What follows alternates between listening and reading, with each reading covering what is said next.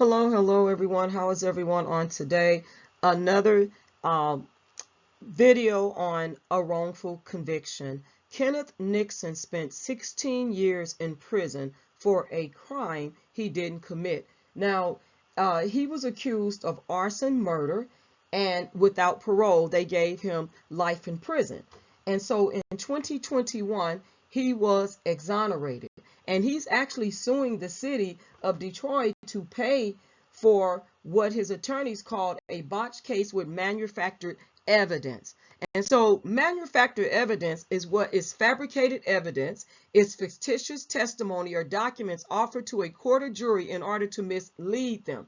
And now what it is under this fabricated evidence, it involves arranging or manufacturing circumstances or indicia after the fact is committed with the intention to use this information as evidence and make it appear accidental. So they could have like some little like something here, and then they can kind of botch it, make it, change it a little or botch it a little, to make it appear accidental, so they can get away with having the scales tilted in their favor to present to the jury so they can get a conviction. And so the jury, if you know something about serving on the jury, or even if you don't, what it is that they can only go by what's presented to them, the information that's given. And a lot of times prosecutors want to get a conviction. That's why they have a high rate of convictions, but they're not honest convictions. I'll say it like that. Their convictions lack integrity because they don't get convictions based on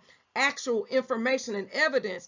They get it based on lies, covering up information, suppressing evidence, fabricated evidence, and even more things, as well as making giving instructions to the juror that can be confusing to the jurors, and then and withholding information can also lead to false conviction or wrongful conviction. And so this is what they did to Mr. Nixon. 16 years behind bars. He was 19 when he was convicted and sent to prison. And so he wants the city of Detroit to pay, and he wants all involved to be held accountable. Like he said, and I've been saying this, and if you've been following me in these videos I've been doing on these wrong convictions, is that when will they hold the people accountable that have committed these crimes, as far as lying to the jurors and lying to the court and the officers of the court to get these false,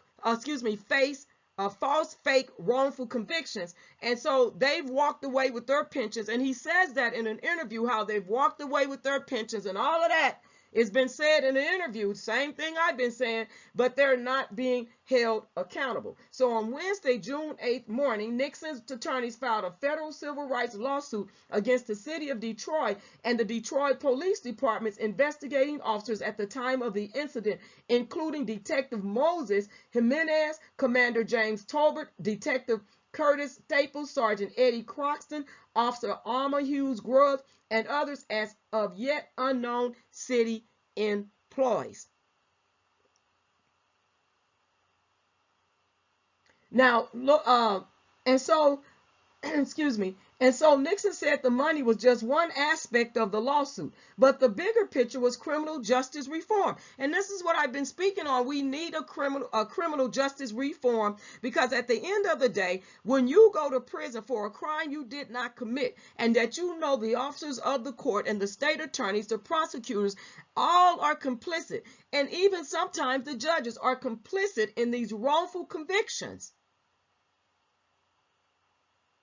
So there is a need for criminal justice reform. There's a need for it. Just like prison reform, but there's a need for it. And so this is about getting it right and fixing the system. And that's why I salute Jennifer Bonjean, because she said when they don't get it right, that's where I am. I come in at. She may not say it exactly that way, but I salute her, because they didn't get it right. With R. Kelly, they didn't get it right. With Bill Cosby, they're not getting it right. And they want to see more black men behind bars. Look at Jonathan Majors. And look at how those women are coming for him. Oh yeah, I'm a victim too now. I mean, they don't get it right. And they want to see all successful black men behind bars. They'll let you get so far, and then all of a sudden they coming for you. No one should have to walk on eggshells because of the color of their skin. No one should have to walk on eggshells for crimes they didn't commit. And once you get off, they always gonna look at you. They're going to look at you and see how they can get you back behind bars. Look at how they're doing Bill Cosby. They're angry. They can't move forward. They have burdens up on their shoulders and their hearts, and they cannot move forward because they're still carrying the bitterness, the burden, the loss. Their pride is in the way. Take your loss, the L, and move on, women. And even with this judicial system where we're seeing black men being exonerated, black men being vindicated, being let out of prison when they think that their life has been ruined to the fact that they can't get nothing, they can't do better. But let me tell you, there is a God, a mighty God, and your past doesn't determine your future. And your past mistakes and failures it does not have to determine your destiny. Because, see, nobody here determines somebody's future like people think. Man think they determine people's future, but he got out. He got out. And he's still young enough to get it right, to do right, to work on prison reform, to sue, to build his life better. 19 years of age, that's where they want you. 19, they start grooming young black men at a young age. And let me tell you, parents, if you don't get involved with your children and start standing up being parents, this is where you gonna lose. And I'm not saying in this case what happened to Mr. Nixon, but what I'm saying is when your kids is acting out, when they're acting out and they want it this way, a 3-year-old can't tell you what to put on. I don't like that. I saw a video where he was what, 3 years old? I don't want it. You 3 years old, dude. I'm going to teach you, I'm going to raise you, and I'm going to show you different things and what's appropriate in attire, what's not. I'm going to do it the way that a parent is supposed to raise their children. You at 3 years old is not telling me. I'm telling you. But I'm going to talk with you about it and get you to understand in your child's mentality. You see what I'm saying? But you got parents out there, some of them are just not parenting anymore. Because they coming for your kids. And you got the rainbow coming too. See, I'm telling you all, but so it all ties in. But see, right here, I'm not saying this happened to Mr. Nixon, but what I'm saying is this stuff is what they do when they get your child in the system. That's what I'm talking about. And so while he sat in prison,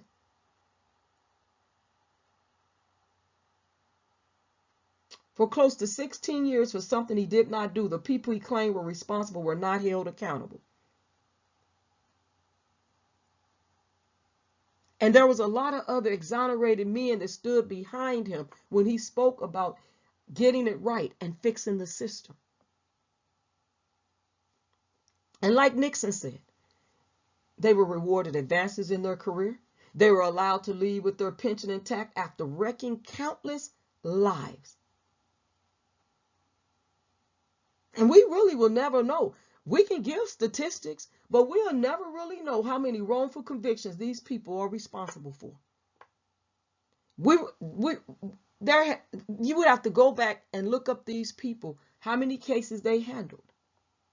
And there's probably still innocent men sitting behind bars right now, doing time without parole or life in prison. You know what I'm saying? Or even the death penalty. Sentenced to death. And they're innocent. Rodney Reed keeps saying he's innocent. And they don't even want to test the DNA in that case. And so Nixon's attorneys are accusing the defendants in the lawsuit of fabricating and withholding evidence. One such piece of evidence was a memo that, if I recall correctly, Curtis Staples wrote to Talbot, making the observation that the witness was obviously coached by family. Said Catherine James of Goodman, Hurwitz and James. Guess what? They be coaching people. Like the woman in the Jonathan Majors. The officers was out there trying to coach her into saying that he hit her and choked her. And now he's suing her. This is what we are facing daily. It goes on, and it's more than you all know. She also mentioned other memos that were not shared with Nixon's defense team during the murder trial, along with multiple alibi witnesses and evidence. Nixon passed a polygraph. And you know, a lot of times they say that the polygraphs are not admitted, will not be allowed to be admitted into evidence, because they say polygraphs are unreliable. But Nixon and attorneys at Goodman, Hurwitz, and James are hoping the lawsuit becomes groundbreaking, because along with money, they are seeking declaratory relief where the court would declare what happened to Nixon as unconstitutional. But see, Clarence Thomas wants you to stay behind bars, people, even when you innocent. Yeah, I'm a drag. Yeah, I'm a drag him, because that's what he want to do. He wants to keep innocent people behind bars. Clarence Thomas. And see, with that type of judicial ruling, we are hoping to send a powerful message to the people who rule this city and cities all over the country, said attorney Julie Hurwitz of Goodman, Hurwitz, and James. I don't want to be having this conversation surely 20 years from now with some kid that faced the same injustice because we didn't fix it, Nixon said.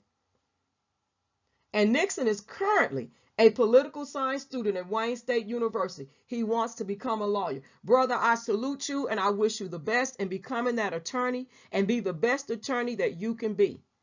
And don't give up your focus, and stay true to the game of helping people turn it around. Criminal justice reform. Because it is very well needed.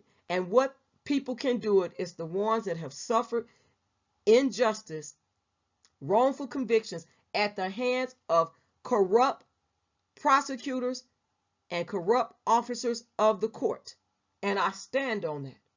I stand on that, because this is a sad day. And I'm glad that even in California, the state attorney here is looking into these, wrongful convictions. And he's trying to get them out of prison right away, releasing them so they don't stay behind bars forever. But see, Clarence Thomas, the Supreme Court justice, wants you to stay behind bars when you're truly innocent. That part. You all leave your respectful comments below. Thank you so much for tuning in. God bless you all. Have a beautiful day.